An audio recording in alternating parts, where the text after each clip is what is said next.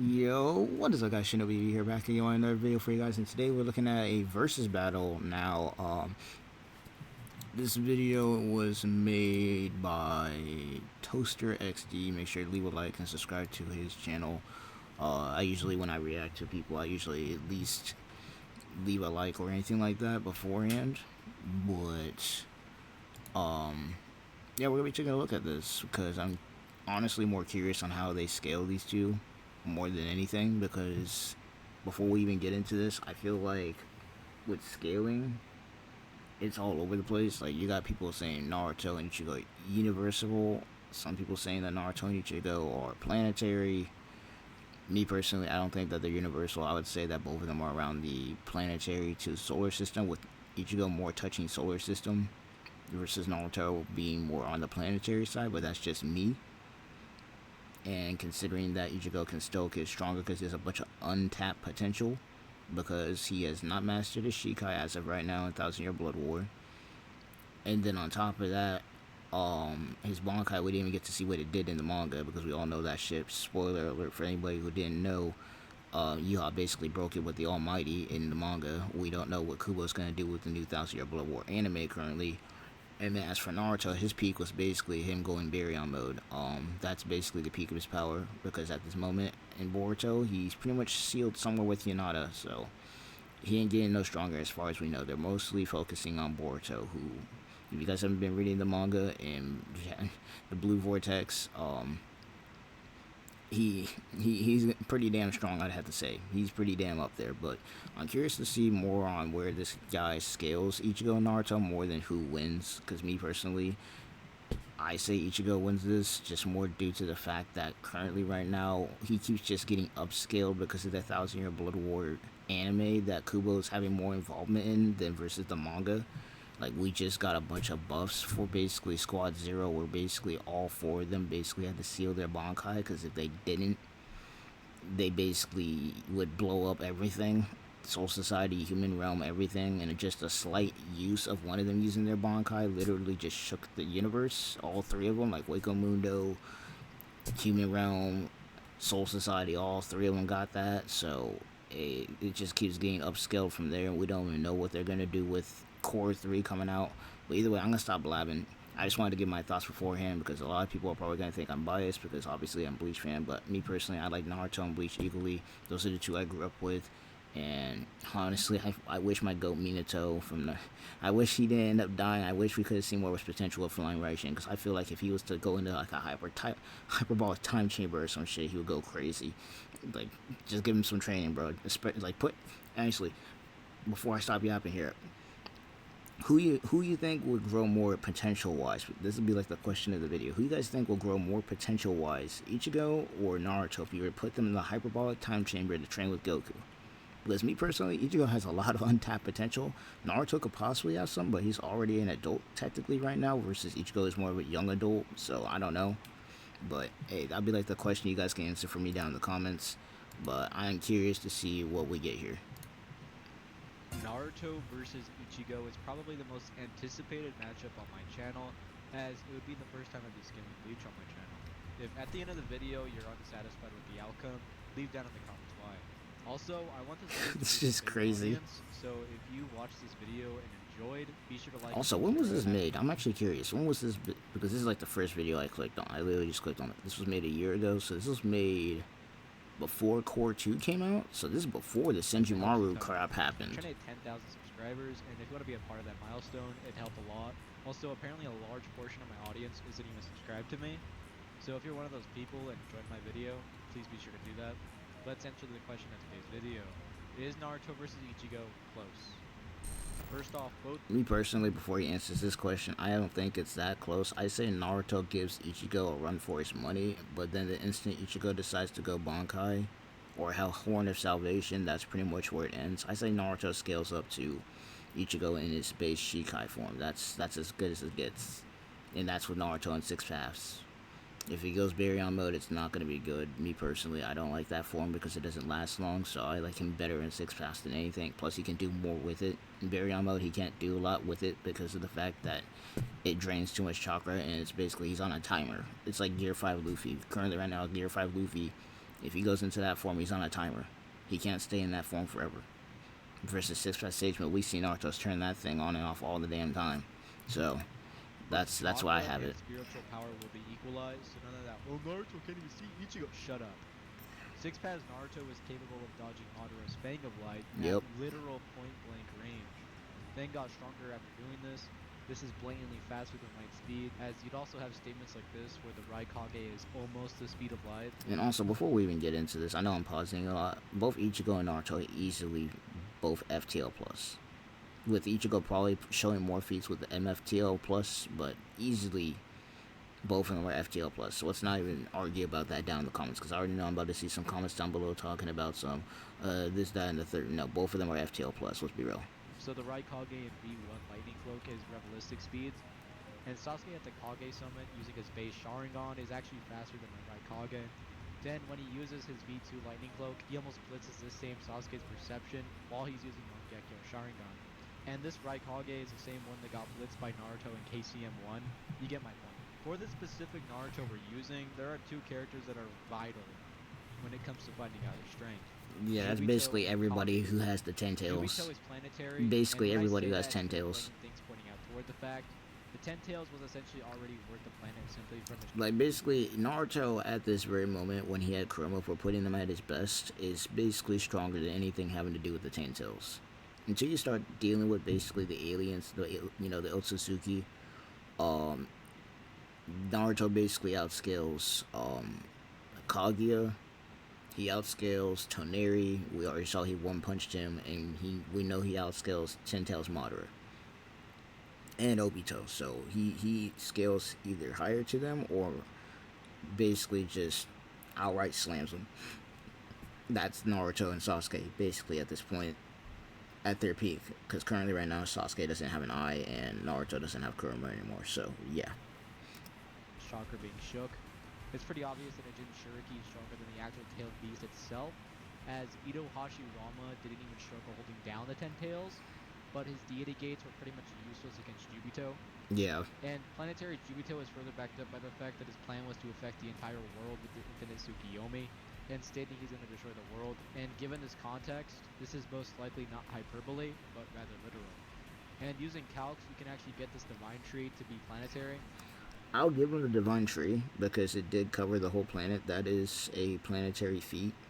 But I don't think Obito's plan was to actually destroy the whole entire world. I think that was more hyperbole in a sense, because what would be the point of the whole infinite Tsukiyomi if he's going to blow up the planet? There would be no one to have a dream with, anything like that, or be able to put a genjutsu on if the world is destroyed completely. But then again, we already know Kaguya's whole plan was basically to suck up everything, so it didn't even matter because Black Setsu was in the back doing all this crazy fourth world chess crap. So it just further solidifies Jubito being planetary. Kaguya is probably one of the most contentious characters when it comes to scaling within the universe of Naruto. We know that, and the reason why Kaguya is so contentious, and I know I'm pausing a lot, is because of the fact that we know that this version of Naruto and Sasuke, plus Sakura, I guess, and it was basically a team effort. It was like Kakashi, Sakura, Naruto, Sasuke, and Obito. It was like a 5v2 if you count Black Zetsu. They basically had to seal her. They didn't have enough chakra to actually kill Kaguya outright. But because Toneri is stated to be stronger than Kaguya, and of course the fact that we know that just the Otsutsuki alone are all stronger than her, we all know that they basically beat her in their peak form. So yeah. Like Kaguya created her 6 dimensions. Some of these dimensions have stars in them.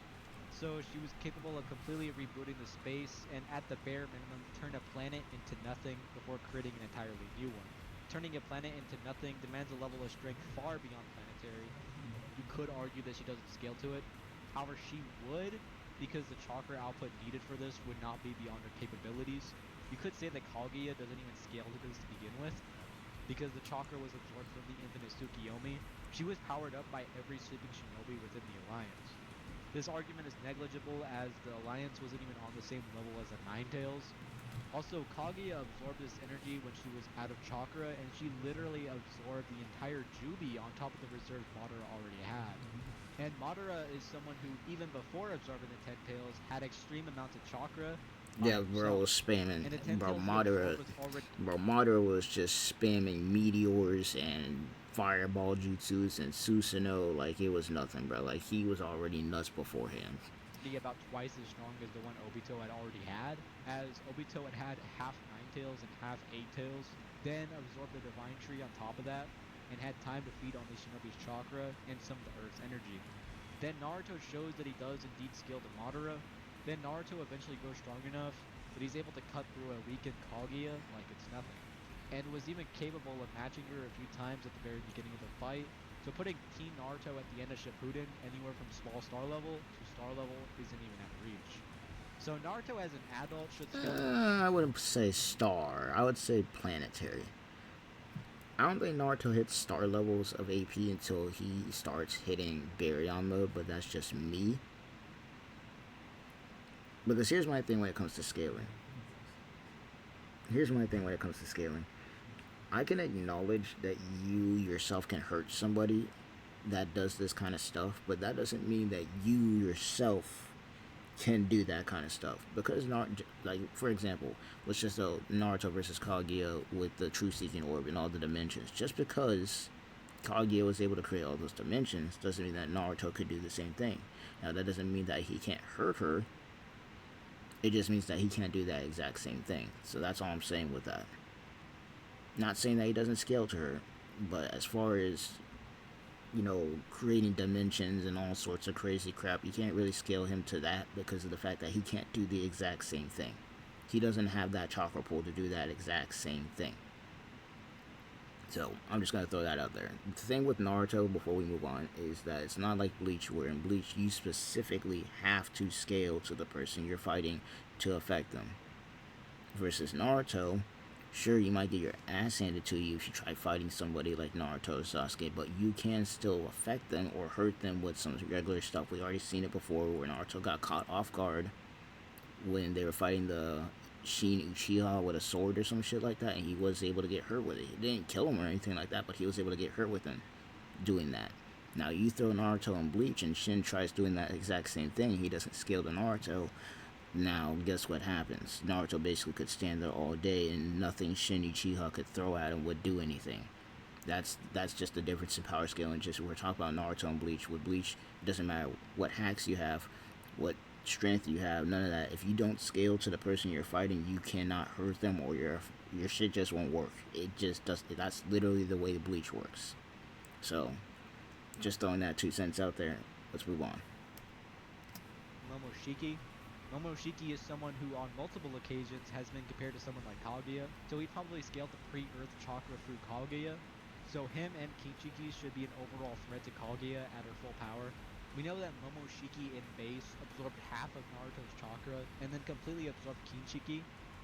So he should just be as strong as Kaguya at the very least, but still get smacked around by Naruto. Momoshiki even needed his Monkey Rock to even overpower Naruto, so Naruto should at the very bare minimum scale to Momoshiki, which means that adult Naruto should be large star level to even solar system levels of AP. As an adult, I'd say large star. That's where I put him.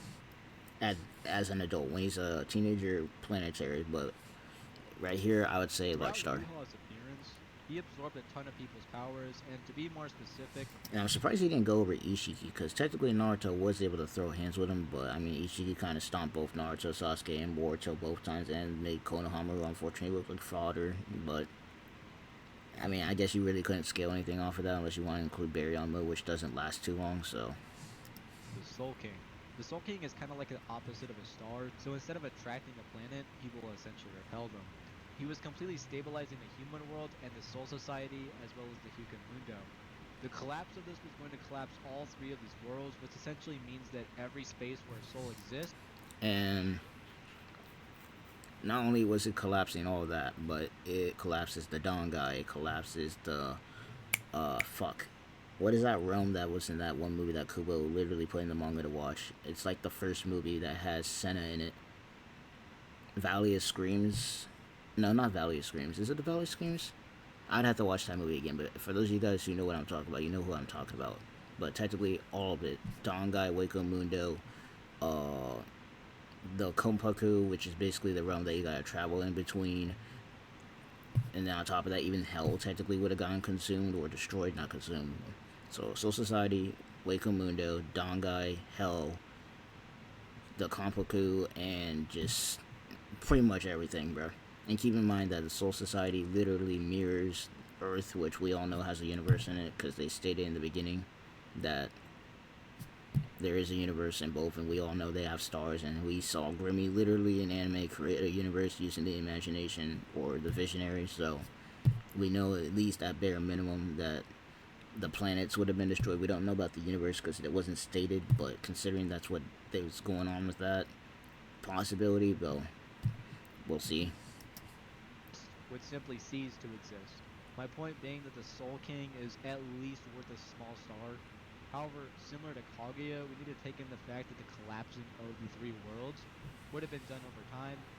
Another thing is that despite the fact that the dimensions hosting the world of the living and the Soul Society are at least galaxy-sized, saying that the cataclysm that would happen would entirely affect those galaxies or universes is complete headcanon and is pretty much backed up by nothing. In fact, it was never stated by anyone within the manga to be the case. Mimi Hagi is someone who was capable of doing the Soul King's duty, and Yuha absorbed him while making him look worse than Saitama trying to fight Goku. Yeah, that Which means that Mimi Yuha Hagi was got most likely wiped. just far more powerful than the Soul King before absorbing him. He also absorbed characters like Valkyrie and many more strong characters, so Yuha's AP should be at the bare minimum large star level. I wouldn't say absorbed. I would say he took back his power that he already owned. Because if you guys don't know already, if you guys didn't watch the anime, all the powers that the Quincy's have, they originally all belong to him. He just gave them to him. He just gave them to him. And I don't know how they're going to do it in the anime, but they got to come up with a better way for Ichigo and Gang to beat Yuha. I wasn't saying that the arrow wasn't a good thing, but let's be real.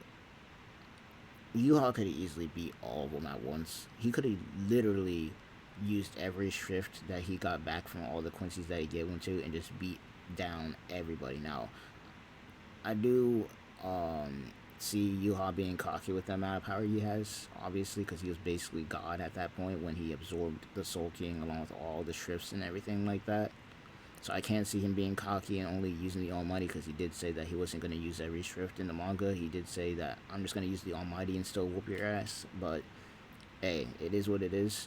But Gerard Valkyrie, honestly, his ability, I ain't going to spoil it for y'all, but man, he was pretty much damn near unstoppable until Yuha absorbed him. That was straight up ridiculous.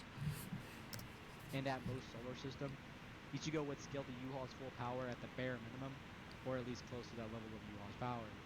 Yuha, before going all out, even acknowledged Horn of Salvation Ichigo's Shikai, however was still way stronger. It took the Grand Ray Sarogetsu Tensho Yeah. to even make Yuha use his full power and Yeah, go all out. once he used And that, then that's when he said, Ichigo yeah, it's time to use used the Almighty, and then Yuha just Bankai. wasn't even trying to catch his hand, so Yeah. he just snapped Ichigo's blade using the Almighty from the start. So Now, we don't know anything about Ichigo's Bankai, but considering what has been hinted throughout the manga is that Ichigo's Bankai has the ability to have some form of fate manipulation. That's at least what is theorized. We don't know exactly because we've never seen him use it. Now, hopefully in Hell Arc, or hell, maybe even in Thousand Year Blood War with Kubo in the background, all the new scenes and whatnot, we might see it, but who knows? So Horn of Salvation Bankai Ichigo was capable of even giving someone like Yuha a run for his money. However, Yuha still defeated Ichigo with ease. However, this wasn't Not only Ichigo, but he basically was taking on Ichigo, Aizen, Renji, and shit. Yeah, no, it was Ichigo, Aizen, and Renji. The Renji really didn't do too much. He got kind of whopped, but you get the point. Like, he was out here 1v3 and still having fun, bro. And even though Ichigo killed him twice, the first time he just kind of just came back to life because the Almighty was passive and basically said nope. Necessarily because of his strength, but because of his hacks. So yes, Horn of Salvation Bankai Ichigo does indeed scale to Yuha. So large star level to solar system levels of power isn't out of reach for Ichigo. That sounds about However, right. in this fight, I still believe that Ichigo just has the overall better abilities, and this scaling for solar is just more concrete. So if adult Naruto and Ichigo fought 100 times, it'd probably end up being something like 40 to 60. Now, is Baryon Mode enough to take on Ichigo? Well, probably not. Yeah, just due to the fact that A, Soul Reapers can live for a long ass fucking time, and B, Baryon Mode doesn't live long enough to do anything, and it's gonna kill Naruto if he does it. That's why I say 6-pass Sage Mode is way better. He's able to do more with it. Versus Baryon Mode, he's gonna run out of chakra pretty fast, and in order for the life draining effect to work, he has to actually be hitting Ichigo. And as strong as Ichigo is, and as strong as Baryon Mode is, I don't think that it's gonna last long enough to do that much, especially considering that we got people like Old Man Yama and Yachiru who lived over fucking thousands of years, let alone somebody like Yuha who's been alive since who knows fucking when. And then like you got like the youngest captain being Toshiro being only like what 500 years old or some shit. Like come on now. When he punched Ichigo had like what maybe a day or a week to actually live before he finally started crumbling. And Naruto got a couple of good hits in, but it didn't even entirely kill him. They had to stall for a little bit longer, but that was like a week or a day. Imagine how many times Naruto would have to punch Ichigo in Baryon Mode just to make his life actually go somewhere. Like it'd be ridiculous. And then on top of that, keep in mind Ichigo technically isn't even dead yet. He still has his human body. So even if he was to die, he would just become a Soul Reaper. He'd just have a permanent Soul Reaper body. He has two bodies right now. He has his regular human body and his Soul Reaper body currently. So I think it's pretty clear that both of these characters are pretty much into solar system if we're using their more logical and narratively accurate scales. However, I believe that Ichigo's solar scaling is a lot more accurate and concrete than Naruto's, just by going off the amount of power boost Ichigo receives throughout the series. and on top of that, keep in mind that Ichigo still technically isn't at his full potential. That's the reason why Yuha was scared of him in the first place, or at least saw him as a threat, is because he has a lot of potential, being one of the 3 characters currently right now in Bleach who is basically a hybrid, a perfect hybrid or Soul King candidate, because he is a Fullbringer, he is a Hollow, a Shinigami, Quincy, and a human. And then you got Genjo being human and Fullbringer, which is part of the Soul King's powers. And then on top of that, we got a character called, I forgot the damn name. God damn it. Oh, Hikone, who also is basically Quincy, Soul Reaper, and Hollow. So we got 3 characters right now that are Soul King candidates. And in order for you to be a Soul King candidate, you basically got to be doing what Yuha is doing right now in the manga, which is basically holding up all 3 realms with his power alone. And because of his more valid solar system scaling, I'd be willing to bet that his Ryotsu should just be capable of erasing Naruto entirely. Which technically it would. If we don't use verse equalization, the way spiritual pressure works is if you don't got enough of it, or if somebody comes near you and they're not limiting their spiritual pressure, you're fucked. But because we want an actual fight, then we're not going to do that, obviously. Yuha has the power to casually destroy the realms, and Ichigo, who needs to be relative in order to harm him, causes physical damage to Yuha. But what does that say about Ichigo? Shit, not even physical damage. He killed Yuha twice. Ichigo wins. But before you get out of your chair and start protesting against me, I don't really like using the universal scales for either of these characters. They're not. Neither one of them are universal. You can link them all you want. I don't care what anybody says. Unless we see more upscaling from Bleach Thousand Year Blood War with the anime currently going on, which we might, then Ichigo is staying around the solar to planetary ranges versus Ichigo more star planetary. That's where I would put him anyway. Maybe I'll cover that in a future video, but for these I like to keep the most agreeable scales for both characters. Because I know there are ways you can get these guys to like Goku level or something, which is just absurd. No. Hell no. Neither one of them are touching Goku. You could throw Luffy, Goku, and Naruto against... You could throw Luffy, Naruto, and Ichigo against Goku, and Goku won't even need to use Super Saiyan 2 at minimum. Maybe 1. Maybe 1. That's how strong he is right now. Goku is fucking insane at the moment. And if you're going to comment something like Naruto and Ichigo are outer, then you're not even going to get a response from me. Universal scaling is just one of those things that are really stretching it in my opinion, at least when it comes to staying true to the series. Though I can 100% see how from a scaling standpoint, these characters can indeed be universal. My friend Tempest used universal scaling in his take on the matchup, so if you'd like to check that out, go right ahead. Drop him a sub as well, because if you enjoy my content, you 100% will enjoy his. He even gave really good reasoning on his take, so be sure to check him out. Also, doesn't matter, Goku slams both of them. Yeah, we all know that. Naruto. We all know that, but, I mean, great video. Great video, I do have to say. Either way, with Ichigo and Naruto, I could care less who wins, though I am more on Ichigo's side just due to what we've seen so far, and especially with Thousand Year Blood War era and all the crap that's going on with Squad Zero and how they basically got upscaled with their Bonkai and all that. Yeah, um, yeah, I'd have to give it to Ichigo 9 times out of 10, or not even. Well, yeah, no, 9 times out of 10. With the one time Naruto gets lucky, Naruto's not weak by any means. It's just that his verse isn't, like that as far as power scaling goes. And me personally, I don't really like power scaling. It's caused a lot of crazy crap going on. That's why you still see beef with Naruto, Bleach, One Piece, but you mostly see between Naruto and One Piece fans trying to compare each other, and then they bring us into it. But yeah, no, I like his scaling. He could have gone more in depth with it, in my opinion, especially considering this was only made a year ago. He has a lot of content that he could have used. That's just my critique for Naruto and Ichigo, but considering that Naruto technically isn't doing a lot right now because he's sealed up in Boruto currently, so he's not getting any stronger. And then Ichigo technically could potentially get stronger with what Kubo's doing with the Hell Arc. That's going to be after Thousand Year Blood War. I'd say it's pretty much about right. I say Ichigo takes it about 9 times out of 10. So, without further ado, I mean, that's pretty much going to be it. Hope you guys enjoyed the reaction. Leave your comments on what you guys think this matchup is like down below. I already know what it's about to be looking like down there, but try and stay civil for the love of God. I don't want to be seeing any crazy crap down there. But, no, without further ado, I'll see you guys in the next one. Peace.